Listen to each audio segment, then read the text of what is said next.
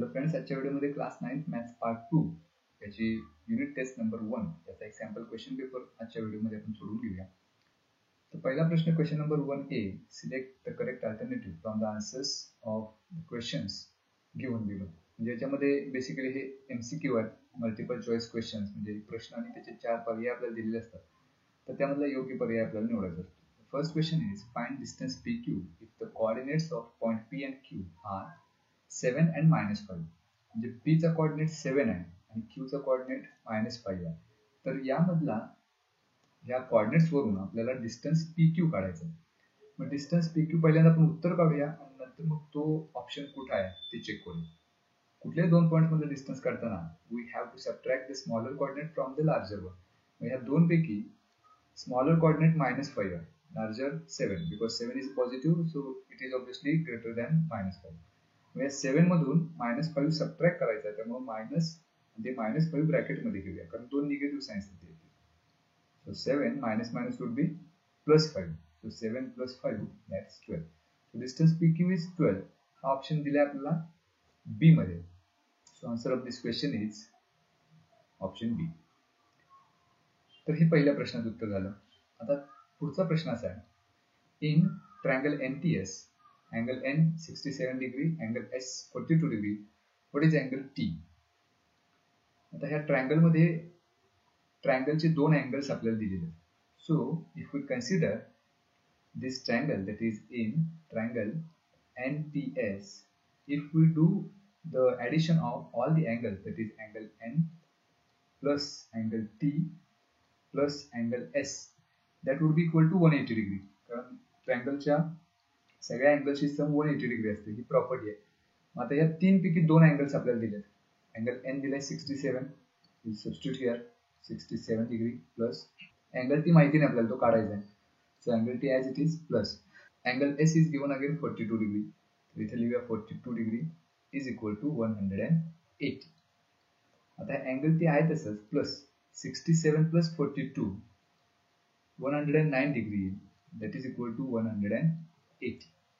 आपल्याला काढायचं आहे अँगल टी, त्यामुळं 109 जे लेफ्ट हँड साइडला आहे ते राईट हँड साइडला घेऊया, म्हणजे -109 डिग्री होईल.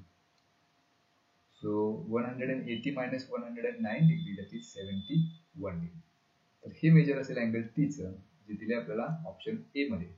So option A is the correct alternative for this question. Okay, now this question number 1B. Solve the following sub questions. प्रत्येक सब क्वेश्चन एक मार्काला आहे. एकूण 2 सब क्वेश्चन आपल्याला सोडवायचे. The first question is, point T is the midpoint of segment SD. If SD is 11, that is the length of segment SD is 11, find distance ST. म्हणजे हा जो पहिला प्रश्न आहे त्याच्यामध्ये हा एक सेगमेंट दिलाय, ज्याला आपण नाव देऊया SD, आणि त्याचा T हा मिड पॉइंट आहे. याचा अर्थ ST जेवढं डिस्टन्स आहे तेवढंच TD असणार आहे. मग आता SD हे डिस्टन्स आपल्याला दिलेलं आहे 11. आपल्याला विचारले length ST. So from this one we can write length ST. म्हणजे S पासून T चं अंतर हे आपल्याला काढायचं आहे. मग T हा मिड पॉइंट असल्यामुळं हे ST किंवा TD ही दोन्ही अंतर पूर्ण SD च्या हाफ असणार आहेत. So 1/2 into length SD. आणि हे कशावरून, तर ब्रॅकेटमध्ये रिझन लिहिलं पाहिजे, because T is given to be a midpoint of segment SD. आता यामध्ये 1/2 आहे तसंच घेऊया, इनटू लेंथ SD दिलेली आपल्याला 11, तिथं सबस्टिट्यूट करू. इफ वी डिवाइड 11/2, 5 चा भाग जाईल, 2×5 10, 1 शिल्लक राहील, 1 ला भाग जात नाही म्हणून डेसिमल घ्यायचा, 10 होतील 2×10. So the length of segment SD is 5.5. हे पहिल्या प्रश्नाचं उत्तर झालं. आता दुसरा प्रश्न बघू. The second question is, write the statement in conditional form, and the statement is every rectangle is a parallelogram. We have to write this in conditional form, that means we have to write it in if then form. If then form मध्ये हे लिहायचं आहे आपल्याला. म्हणजे every rectangle is a parallelogram, this is a property, पण आपल्याला ते form फक्त त्याचा वेगळा लिहायचा आहे, if then फॉर्म मध्ये लिहायचा आहे, पण अर्थ न बदलता. मग इथं आपण याला असं करू शकतो की प्रत्येक रेक्टँगल हा पॅरलोग्राम असतो. म्हणजे जर आपल्याला एखादा रेक्टँगल दिलेला असेल तर is if the given quadrilateral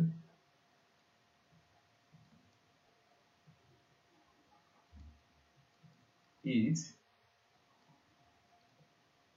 rectangle इथपर्यंतचा एक भाग then म्हणजे तो जर रेक्टँगल असेल तर तो पॅरलोग्राम असतोच.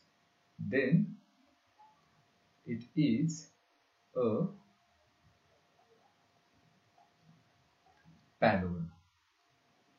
So this is the conditional statement. म्हणजे कंडिशन इथे अशी दिली की जर तो रेक्टँगल असेल ही कंडिशन आहे आणि तसा असेल तर तो पॅरलोग्राम असतो. म्हणजे सेम स्टेटमेंट आपण या वेगळ्या फॉर्म मध्ये लिहिले, अर्थ न बदलता, हे सगळ्यात महत्वाचं आहे. म्हणजे त्याचा अर्थही नाही बदलायला पाहिजे, फक्त ते त्याचा एक फॉर्म जे आपल्याला सरळ सरळ एक स्टेटमेंट दिलं होतं ते कंडिशनल फॉर्म मध्ये आपण लिहिलं. हा पुढचा question which is based on activity. Question number 2A, complete the following activity. 2 मार्कासाठी ही ऍक्टिव्हिटी आहे. एक डायग्राम दिलेली आहे ज्याच्यामध्ये ह्या 2 लाईन्स आहेत L and M आणि प्रश्न विचारले are the lines L and M parallel. म्हणजे ह्या 2 लाईन्स पॅरलल आहेत का असा प्रश्न. त्याच्यासाठी ही ट्रान्सव्हर्सल दिली आणि हे जे 2 अँगल्स आहेत P आणि Q तेही हे 2 अँगल्स P आणि Q या अक्षराने दाखवलेले. आता सुरुवातीला पहिलं स्टेटमेंट आपल्याला असं दिलंय angle P is equal to 71 degree, angle Q is equal to 109 degree. म्हणजे हा जो अँगल P आहे तो 71 डिग्री आहे आणि Q 109 डिग्री. दुसऱ्या स्टेपला करायची त्यांची बेरीज. मग अँगल P आहे 71 डिग्री प्लस Q आहे 109 डिग्री. 109 प्लस 71 यांची जर बेरीज केली तर ती येते 180. त्यामुळे इथे येणार आहे 180. आपल्याला फक्त इथे 180 एवढंच घ्यायचं. ओके, तर पुढचं स्टेटमेंट असं आहे sum of angle P and angle Q is 180 degree. म्हणजे जे इथं आपण सिम्बॉलिकली दाखवले तेच वाक्यात लिहिलं. असं जर असेल therefore angle P and angle Q are, जे 2 अँगल्सची बेरीज जर 180 डिग्री असेल तर त्या 2 अँगल्सला कसले अँगल्स आपण म्हणतो तर सप्लिमेंटरी. म्हणजे इथं शब्द असा येईल की angle P and angle Q are supplementary angles. हे जर 2 अँगल्स सप्लिमेंटरी असतील तर लाईन L आणि लाईन M या पॅरलल पाहिजेत, कारण हे जे 2 अँगल्स आहेत ते इंटिरियर अँगल्स आहेत. त्यामुळे इथं ब्रॅकेटमध्ये रिझन लिहावं लागेल which is interior angles test. म्हणजे ही इंटिरियर अँगल्सची टेस्ट आहे की 2 लाईन्सना एका ट्रान्सव्हर्सलनं इंटरसेक्ट केल्यानंतर तयार होणारे इंटिरियर अँगल्स जर सप्लिमेंटरी असतील तर त्या 2 लाईन्स पॅरलल असतात. So these 2 lines are parallel by interior angles test. तर question number 2B, solve the following sub questions. त्यातला पहिला आधी आपण सोडूया. त्याच्यामध्ये असं दिले की A', T', M. डायग्राम काढू लगेच. म्हणजे इथं पॉइंट A आहे, त्याच्यानंतर T आणि शेवटी M. म्हणजे T हा पॉइंट A आणि M च्या बिटवीन आहे. लेंथ 80, 23. हे जे लेंथ 80, 23 दिलेलं आहे. TM is given to be 9 आणि त्याच्यावर विचारले AM किती. So as A', T', M म्हणजे A, T आणि M हे कोलिनियर असल्यामुळं आपण हे असं लिहू शकतो की हे जे डिस्टन्स AM आहे पूर्ण मोठं डिस्टन्स, ते जे लहान डिस्टन्सेस आहेत त्यांच्या बेरजे इतकं असणार आहे. This length AT plus length TM. आणि हे का तर कंसात रिझन द्यायचं, कारण आपल्याला असं दिले की A', T', M that means point T is in between A and M. आता लेंथ AT आपल्याला दिलेली आहे 23 प्लस लेंथ TM पण दिलेली आहे 9. So 23 plus 9 that's 32. So this is length AM. So this is the answer of the first question. Length AM किती तर 32. आता दुसरा क्वेश्चन सोडू. इथे 2 लाईन्स दिलेत, line Q and line R which are parallel. म्हणजे Q आणि R या 2 लाईन्स पॅरलल आपल्याला दिलेले आहेत. And line P is their transversal. Angle A is 78 degree. हा जो अँगल A दिलाय तो 78 डिग्री आहे. तर अँगल B किती असेल असा प्रश्न आहे. आता हा अँगल A 78 डिग्री आहे. हा आणखी एक अँगल आपल्याला काढावा लागेल. त्याच्यासाठी आपण लेटर घेऊया एक्स, म्हणजे हा जो अँगल आहे त्याचं मेजर समजा एक्स डिग्री असेल, तर मग हा अँगल एक्स आणि हा अँगल ए हे एकमेकांचे करस्पॉन्डिंग अँगल्स होते, कारण ह्या दोन लाईन्स पॅरलल दिलेत आणि हे एकमेकांचे करस्पॉन्डिंग अँगल्स आहेत, so they must be congruent. That is angle A must be equal to angle X. आणि हे का, तर ब्रॅकेटमध्ये रिझन लिहायचं, because these are corresponding angles. आता अँगल ए 78 डिग्री आहे, so angle X would be also 78 degree. म्हणजे हा अँगल एक्स सुद्धा आपल्याला 78 डिग्री मिळाला. पण प्रश्न आपल्याला अँगल बी विचारलाय, एक्स नाही. मग आता बी आणि एक्स मध्ये रिलेशन काय, तर अँगल बी आणि अँगल एक्स हे these are angles in linear pair. So now we have, आता हे जर दोन लिनियर पेअर्स मधले अँगल्स असतील तर त्या दोन्हीची बेरीज 180 असते, म्हणजे ते सुद्धा सप्लिमेंटरी असतात. So angle B plus angle X must be equal to 180 degree. इथे ही रिझन द्यावं लागेल, because these are angles in linear pair. आता अँगल बी आपल्याला काढायचा आहे, तो तसाच घेऊया, प्लस अँगल एक्स मेजर 78 काढलेले आपण ते इथे सबस्टिट्यूट करू. That is equal to 180 degree. So angle B is equal to 180 आहे तसं 78 जर उजव्या बाजूला घेतलं तर -78 डिग्री होईल. That is equal to 102 degree. So this is the measure of angle B. हा जो अँगल आहे तो असेल 102 डिग्री.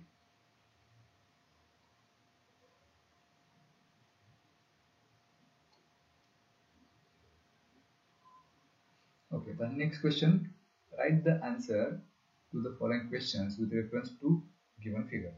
ही एक डायग्राम दिलेली आहे, त्याच्यावरून या खालील प्रश्नांची उत्तर द्यायची. पहिला प्रश्न असा आहे, right the name of opposite ray of ray C. मग रे सी म्हणजे सी पासून सुरू होणार आहे आणि ए च्या बाजूला वाढत जाणार आहे, तर हा झाला रे सी. याचा विचारलाय काय, अपोजिट रे, म्हणजे सी पासूनच सुरू होणारा दुसऱ्या बाजूला जाणारा, म्हणजे इथून सुरू होणारा आणि या बाजूला जाणारा रे हा त्याचा अपोजिट रे असेल. मग त्याला नाव आपण सी डी देऊ शकतो किंवा सी ई पण देऊ शकतो. त्यामुळं त्याचं उत्तर असणार आहे opposite ray must be C D or C. CE सुद्धा त्याला म्हणू शकतो, कारण त्याच्यावरच त्या रेवरच ई हा आणखी एक पॉइंट आहे. So this is the answer of the first question. दुसरा, write the union set of ray A B and ray B C. पहिल्यांदा हे रे ए बी आणि रे बी सी डायग्राम मध्ये कुठे आहे बघूया. रे ए बी म्हणजे हा एवढा भाग, इथून पुढचा. रे ए बी म्हणजे हा एवढा भाग, इथून पुढे कंटिन्यू जाणार, कारण रे म्हणजे एका बाजूला ती इन्फायनाइटली वाढत जाणार आहे. दुसरा रे बी सी आहे, जे बी पासून सुरू होऊन सी च्या बाजूला जाणार आहे. प्रश्न विचारला आपल्याला यांचा युनियन काय, इंटरसेक्शन नाही, हे नीट लक्षात घ्या. ए पासून हा जाणारा रे, बी पासून इकडे जाणारा रे, हे दोन्ही कंबाईन जर केलं तर एक ह्या बाजूला इन्फायनाइटली वाढत जाते, एक ह्या बाजूला इन्फायनाइटली वाढत जाते, म्हणजे ही मिळते लाईन आपल्याला. So answer of this question is line. मग त्याला लाईनला आपण काही नाव देऊ शकतो, ए बी देऊ शकतो किंवा बी ए देऊ शकतो. आपण नाव देऊया लाईन ए बी. हा युनियन असल्यामुळे आपण त्यांचं कॉम्बिनेशन घेतलं. इथंच प्रश्न समजा इंटरसेक्शन असा विचारला तर मात्र उत्तर आपलं वेगळं होईल. म्हणजे ए बी हा रे झाला, बी सी हा रे झाला, इंटरसेक्शन म्हणजे कॉमन भाग, यातला कॉमन भाग एवढाच आहे, सेगमेंट ए बी. त्यामुळे प्रश्न कशा पद्धतीने त्या पद्धतीने आपण उत्तर ठरलं पाहिजे. इथे युनियन विचारलाय, so it is a line. पुढचा, state the pair of opposite ray with common point C. C हा पॉइंट कॉमन घेऊन अपोजिट रेज घ्यायचे. त्याच्यामध्ये दोन रेज असणार आहेत. सी पासून उजव्या बाजूला जर आपण घेतला तर रे सी ए होईल, आणि त्याच सी पासून त्याच्या विरुद्ध बाजूला दुसरा रे घेतला तर तो सी डी होईल. So ray C A and ray C D, these are the opposite rays. यालाच आपण रे सी बी आणि रे सीई सुद्धा म्हणू शकतो, दोन्हीचा अर्थ एकच आहे. तर पुढचा question, right the intersection of set of ray A B and ray C. आता आपल्याला इथे इंटरसेक्शन लिहायचं आहे. इंटरसेक्शन म्हणजे कॉमन भाग. कोणाचा कॉमन भाग, तर रे ए बी चा आणि रे सी ए चा. पहिल्यांदा रे ए बी ची डायग्राम करूया. ही रे ए बी, दुसरा रे सी ए, म्हणजे सी पासून एच्याच बाजूला जाणार आहे रे सी ए. यातला कॉमन भाग कुठला असा प्रश्न विचारला. मग सी ए हा जो सेगमेंट आहे तो तर कॉमन असू शकत नाही कारण तो फक्त एकाच ठिकाणी. मग सी ए पासून इथून पुढे वाढत जाणारा हा जो भाग आहे तो कॉमन भाग आहे. म्हणजे ए पासून बी च्या दिशेला इनफायनाइटली वाढत जाणार. मग हे काय आहे तर हे आहे रे, त्याचं नाव काय ए बी. त्यामुळे याच्यामधला इंटरसेक्शन म्हणजे कॉमन भाग कुठला तर रे ए बी.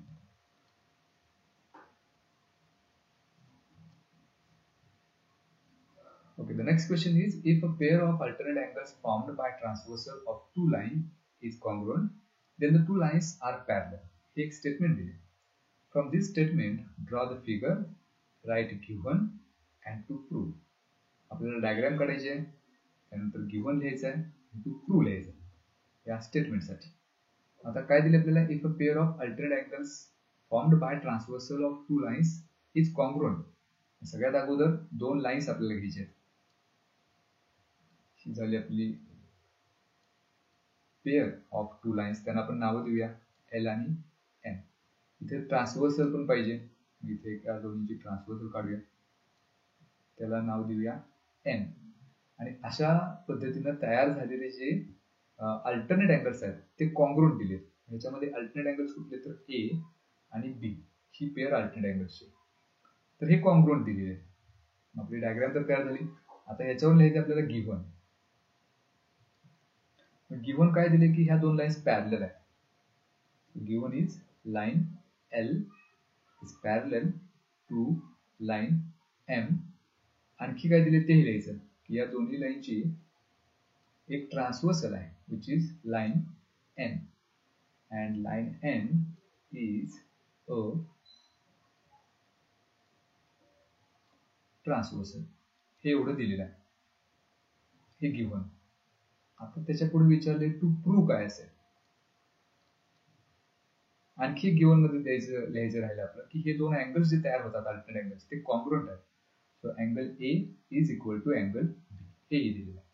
आता टू प्रूव्ह काय प्रूव्ह करायचं आहे, then the two lines are parallel. देनच्या पुढचा भाग प्रूव्ह करायचा आहे. मग कुठल्या दोन लाईन्स तर एल आणि एम ह्या पॅरलल आहेत हे प्रूव्ह करायचं आहे. म्हणजेच काय, line L is parallel to line M, this is to prove. तर एवढंच आपल्याला विचारलंय. डायग्राम काढायला सांगितले, गिव्हन लिहायला सांगितले, टू प्रूव्ह लिहायला सांगितले. प्रूफ काही विचारलेले नाही, त्यामुळं एवढं सगळं आपल्याला लिहावं लागेल 2 मार्कासाठी. पुढचा एक क्वेश्चन आहे, right the antecedent that is the given part and the consequent part to be proved in the following statement. हे एक स्टेटमेंट दिलंय, the diagonals of parallelogram bisect each other. याच्यामध्ये अँटीसिडंट कोणता आहे आणि कन्सिक्वेंट कोणता आहे ते लिहायचं. साधारणपणे इफ देन फॉर्म मध्ये असेल तर हे पटकन आपल्याला लिहिता येतं. सुरुवातीला हे जे स्टेटमेंट आहे ते आपण कंडिशनल स्टेटमेंटच्या फॉर्म मध्ये लिहूया, म्हणजे इफ देन फॉर्म मध्ये लिहूया. मग आपल्याला कन्सिक्वेंट आणि अँटीसिडंट पटकन लिहिता येईल. स्टेटमेंट असं आहे, the diagonals of a parallelogram bisect each other. म्हणजे पहिलं स्टेटमेंट तो पॅरलोग्राम पाहिजे. म्हणजे आपल्याला सुरुवात अशी करता येईल, if a given quadrilateral is parallelogram. इथून सुरुवात करूया. If the quadrilateral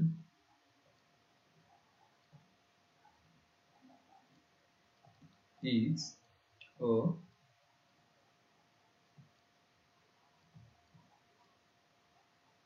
parallelogram. इथपर्यंतचा भाग म्हणजेच गिव्हन. तर त्याच्या पुढचा भाग देन. देन त्याची प्रॉपर्टी काय असणार आहे, म्हणजे जो पॅरलोग्राम असेल तर त्याचे diagonals bisect each other. So then its diagonals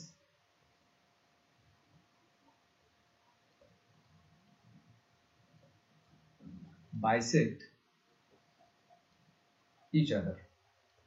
same statement आपण या कंडिशनल फॉर्म मध्ये लिहिलं, म्हणजे इफ देन या फॉर्म मध्ये लिहिलं. आता प्रश्न आपला आहे की अँटीसिडंट कोणतं यातलं, म्हणजे गिव्हन पार्ट कोणता आणि कन्सिक्वेंट कोणता. आपल्याला माहिती की अँटीसिडंट कोणाला म्हणायचं, जर इफ आणि देनच्या मधला जो भाग आहे तो. म्हणजे इथं the quadrilateral is a parallelogram हा झाला आपला अँटीसिडंट, आणि कन्सिक्वेंट कोणता then its diagonals bisect each other, हा झाला भाग आपला कन्सिक्वेंट, म्हणजे तो आपल्याला प्रूव्ह करायचा। याच्या पुढे अँटीसिडेंट आणि कन्सिक्वेंट आपण त्या पद्धतीने लिहू शकतो। अँटीसिडेंट भाग कोणता होईल तर इफ नंतरचा भाग, the quadrilateral is a parallelogram, आणि कन्सिक्वेंट हा भाग देन नंतरचा, then its diagonals bisect each other. तर या पद्धतीने आपण अँटीसिडेंट आणि कन्सिक्वेंट लिहू शकतो। क्वेश्चन नंबर 3A पुन्हा एकदा ऍक्टिव्हिटी बेस्ड क्वेश्चन आहे, 3 मार्कासाठी। इथे ऍक्च्युअली ही प्रूफ दिलेली आहे, when two lines intersect each other opposite angles are congruent, त्याची जी प्रूफ आहे ती पूर्ण प्रूफ दिली, फक्त आपल्याला रिकाम्या जागा भरायची। सुरुवात स्टेटमेंट पासून करूया। Prove that the opposite angle formed by two intersecting lines are of equal measures. ही डायग्राम दिली, याच्यामध्ये दोन लाईन्स आहेत ए बी आणि सी डी, त्या परस्परांना पॉईंट ओ मध्ये इंटरसेक्ट करतात, तर तेच दिले इथे गिव्हन मध्ये। मग त्यात आपल्याला काही भरायचं नाही, आपल्याला टू प्रूव्ह न सुरुवात करायची। आता पहिला स्टेटमेंट असा आहे, dot dot is equal to angle BOD, angle BOD हा जो अँगल आहे याचा अपोजिट अँगल शोधायचा आहे, विच इज अँगल एओसी, म्हणजे इथं असणार आहे अँगल एओसी। दुसरा भाग अँगल बीओसी, डायग्राम मध्ये अँगल बीओसी इथे आहे, त्याचा अपोजिट अँगल कोणता तर एओडी, म्हणजे ह्या दुसऱ्या बॉक्स मध्ये असणार आहे अँगल एओडी। तर ह्या दोन रिकाम्या जागा या पद्धतीने आपण भरल्या। आता इथे प्रूफची सुरुवात होते, त्याच्यामध्ये angle AOC plus dot dot is equal to 180 degree असे दिले, आणि पुढे दिले अँगल इन लिनियर पेअर। मग अँगल एओसी हा अँगल, मग ह्याचा कोणता angle angle in linear pair असेल, म्हणजे त्यांची बेरीज 180 होईल, ते आपल्याला काढता येईल। अँगल एओसी हा इथे दिलाच आहे, त्याचा अँगल हा जो आहे बीओसी, ते दोन्ही अँगल्स इन लिनियर पेअर आहेत, म्हणजे इथे येईल अँगल बीओसी, ते दोन्ही अँगल्स इन लिनियर पेअर असल्यामुळे त्यांची बेरीज 180 येईल। तर दुसरी जी पेअर आहे अँगल्स इन लिनियर पेअरची, अँगल बीओसी आणि अँगल बीओडी, हे सुद्धा दोन अँगल्स इन लिनियर पेअर आहेत, त्यांची पण बेरीज 180 दिलेलीच आहे, तिथे आपल्याला काहीच लिहायचं नाही, फक्त इथं कंसात कारण लिहायचं आहे। पुन्हा एकदा ह्या दोन अँगल्सचा जर आपण विचार केला, डायग्राम मध्ये पाहिल्या, अँगल बीओसी आणि अँगल बीओडी हे दोन्ही अँगल्स इन लिनियर पेअर आहेत, त्यामुळे इथं जे दुसरं ब्रॅकेट आहे तिथे सुद्धा सेम रिझन येईल, अँगल्स इन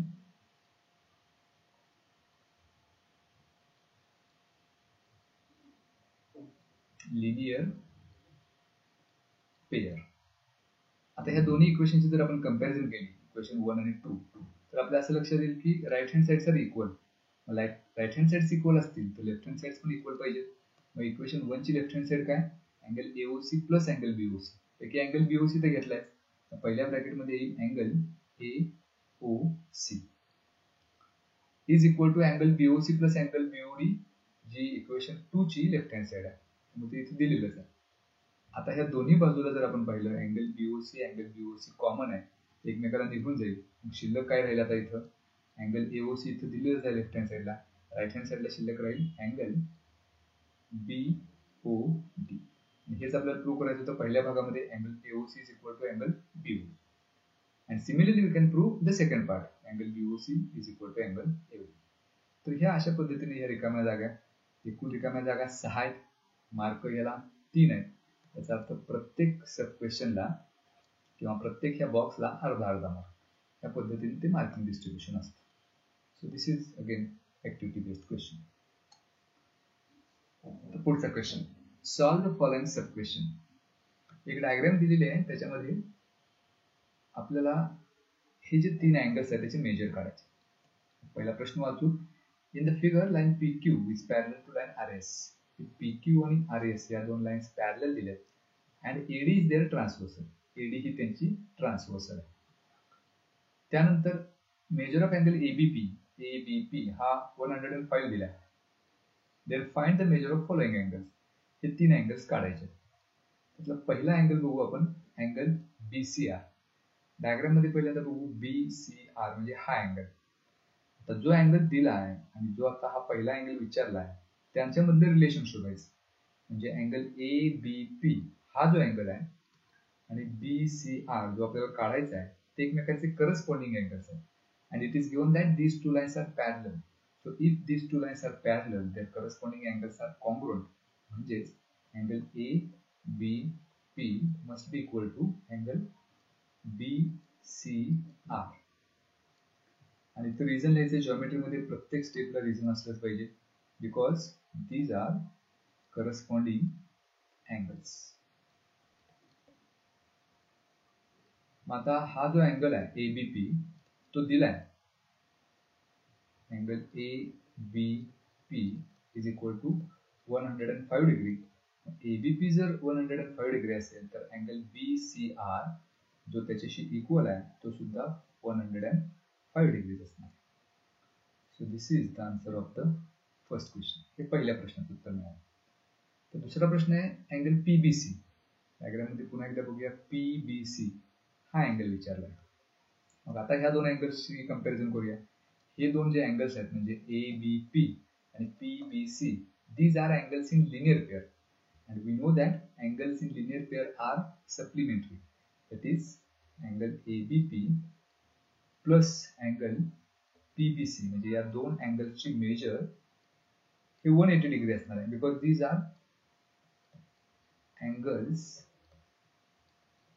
in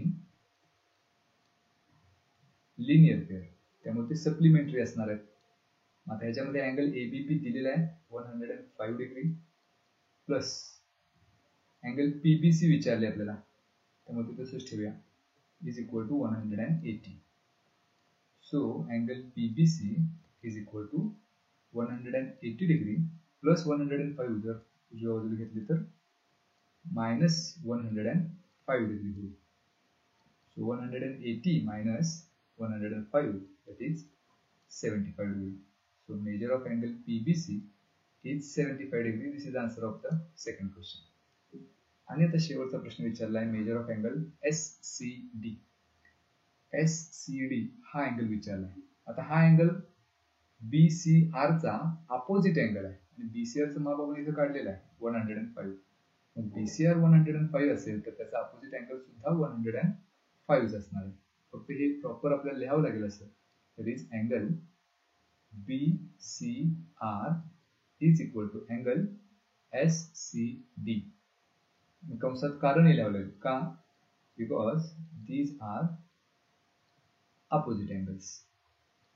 आता ह्यातला अँगल BCR 105 आहे, so angle SCD must be also 105 degree. त्या अँगलचे मेजर सुद्धा 105 degree असणार. So this is the answer of the last question. Okay, this is the next question. In the adjoining figure, line NT is parallel to line SE. म्हणजे NT आणि SE हा point E आहे. ह्या दोन lines parallel आहेत. NE ही त्यांची transversal आहे, ST ही दुसरी ट्रान्सव्हर्सल आहे आणि अँगल NTM हा 75 डिग्री दिला आहे, SEM हा 45 डिग्री दिला आहे. तर त्याच्यावरून ह्या तीन अँगल्सची मेजरमेंट्स आपल्याला काढायचे. ओके, तर सुरुवात करूया पहिल्या प्रश्नापासून, ज्याच्यामध्ये आपल्याला अँगल पाहिजे TNE. मग TNE हा जो अँगल आहे हा अँगल त्याचं मेजर आपल्याला काढायचं आहे. मग आता TNE आणि SEM हे जे दोन अँगल्स आहेत ते अल्टरनेट अँगल्स आहेत. So angle TNE and angle SEM, कारण NT आणि SE ह्या दोन लाईन पॅरलल आहेत. NE ही त्यांची ट्रान्सव्हर्सल आहे, म्हणजेच हे दोन अल्टरनेट अँगल्स आहेत. We know that if two lines are parallel alternate angles are congruent. त्यामुळे हे दोन अँगल्स कॉन्ग्रुएंट असणार आहेत. कंसात रिझन येईल दीज आर अल्टरनेट अँगल्स. आता अँगल TNE काढायचं आपल्याला, तसंच लिहूया. आणि SEM चे मेजर दिले 45 degree. So measure of angle TNE is also 45. हे पहिल्या प्रश्नाचं उत्तर मिळालं. आता दुसरा प्रश्न EST. डायग्राम मध्ये EST किंवा ESM त्याला म्हणू शकतो. मग इथे सुद्धा तेच रिलेशन आहे. NT आणि SE या दोन लाईन पॅरलल आहेत आणि ST ही त्यांची ट्रान्सव्हर्सल असेल तर हा जो अँगल आहे NTM आणि EST हे दोन अँगल सुद्धा अल्टरनेट अँगल्स आहेत. So angle ST must be equal to angle NTM. पुन्हा तेच reason येईल because these are again alternate angles. आता अँगल EST पाहिजे आपल्याला, ते तसंच ठेवूया. Angle EST is equal to NTM म्हणजेच त्याचं मेजर दिले 75 degree. So measure of angle EST is also 75. हे दुसऱ्या प्रश्नाचं उत्तर आपल्याला मिळालं. आता तिसरा प्रश्न आहे NMT, अँगल NMT हा अँगल शोधायचा आहे. मग आता हा जो ट्रायंगल आपण घेतलाय NTM त्याचा विचार करूया. तिसऱ्या प्रश्नाचं उत्तर घेताना इन ट्रायंगल NTM ह्याच्यामध्ये जे तीन अँगल्स आहेत एक अक्षराचं नाव आपण लिहूया. Angle N plus angle P plus angle M that is equal to 180 because in a triangle measures of three angles of a triangle is 180 degree. त्याच्यामुळे अँगल N जो आहे तो अँगल N म्हणजे त्याचं तीन अक्षरी नाव बनणार आहे TNE जो आपण इथं काढलेला आहे अगोदर. Angle TN is equal to 45 degree म्हणजेच अँगल N हा 45 डिग्री आहे प्लस अँगल T म्हणजेच NTM. NTM आपल्याला दिलेलं आहे 75 डिग्री, इथे लिहूया 75 डिग्री प्लस अँगल M. आता हा जो अँगल M आहे त्याचा आता तीन अक्षरी नाव लिहूया NMT. म्हणजे हाच अँगल फक्त याचं तीन अक्षरी नाव आपण असं लिहू शकतो NMT that is equal to 180 degree.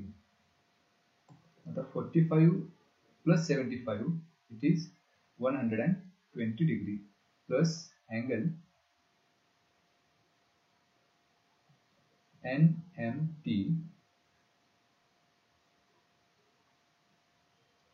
is equal to 180 degree. आता अँगल NMT आपल्याला काढायचा आहे. 120 त्या बाजूला घेऊया, मायनस होतील 180 degree minus 120 degree that is equal to 180 minus 120 that's 60 degree. So this is the answer of the last question. Measure of angle NMT is equal to 60 degree.